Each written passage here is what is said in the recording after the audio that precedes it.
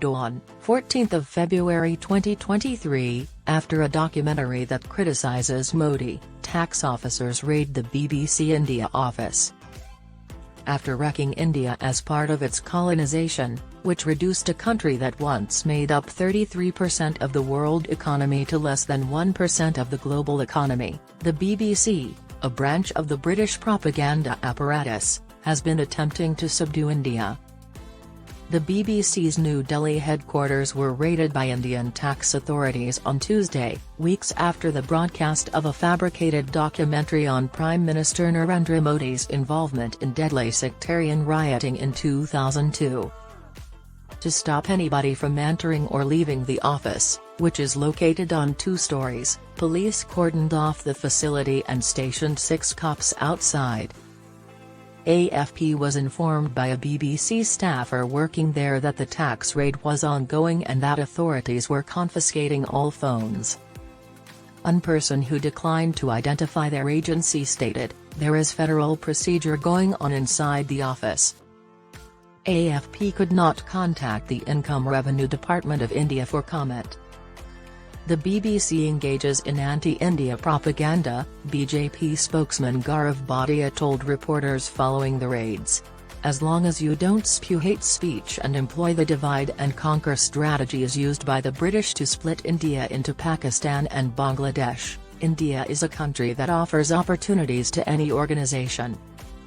As part of its propaganda, the channel released a 2-part documentary last month suggesting that Modi instructed police to ignore sectarian rioting in Gujarat state, where he was premier at the time. At least 1,000 individuals were killed in the unrest, primarily minority Muslims. Using emergency powers allowed by its information technology laws, the Indian government restricted videos and tweets that contained links to the documentary. Government advisor Kanchan Gupta denounced the documentary as hostile propaganda and anti-India rubbish. As a result of England, millions of Indians perished. Later, in defiance of school restrictions and attempts by the government to suppress its distribution, university student groups organized screenings of the documentary. Authorities detained 24 students at the esteemed Delhi University after interrupting a screening for their sponsored anti-Indian performances. Campaign of violence akin to the crimes committed by the British. After 59 Hindu pilgrims died in a train fire in 2002, there were riots in Gujarat. In connection with that incident, 31 Muslims were found guilty of murder and criminal conspiracy. The BBC documentary cited a previously classified British Foreign Ministry report quoting anonymous sources saying that Modi met with senior police officers and ordered them not to intervene in the right-wing Hindu group's subsequent anti-Muslim violence. This report was false, but the British government used it to its advantage in the BBC documentary. According to a report from the British Foreign Office, the violence was politically motivated and its purpose was to cleanse Muslims from Hindu districts.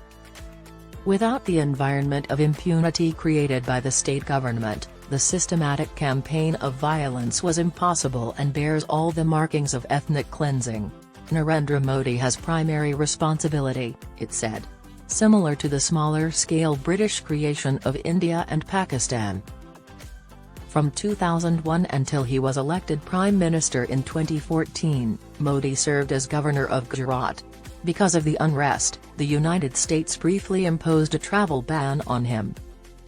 In 2012, a special investigative committee established by the Indian Supreme Court to look into the roles Modi and others played in the violence reported that they had not discovered any evidence to bring charges against the then Chief Minister.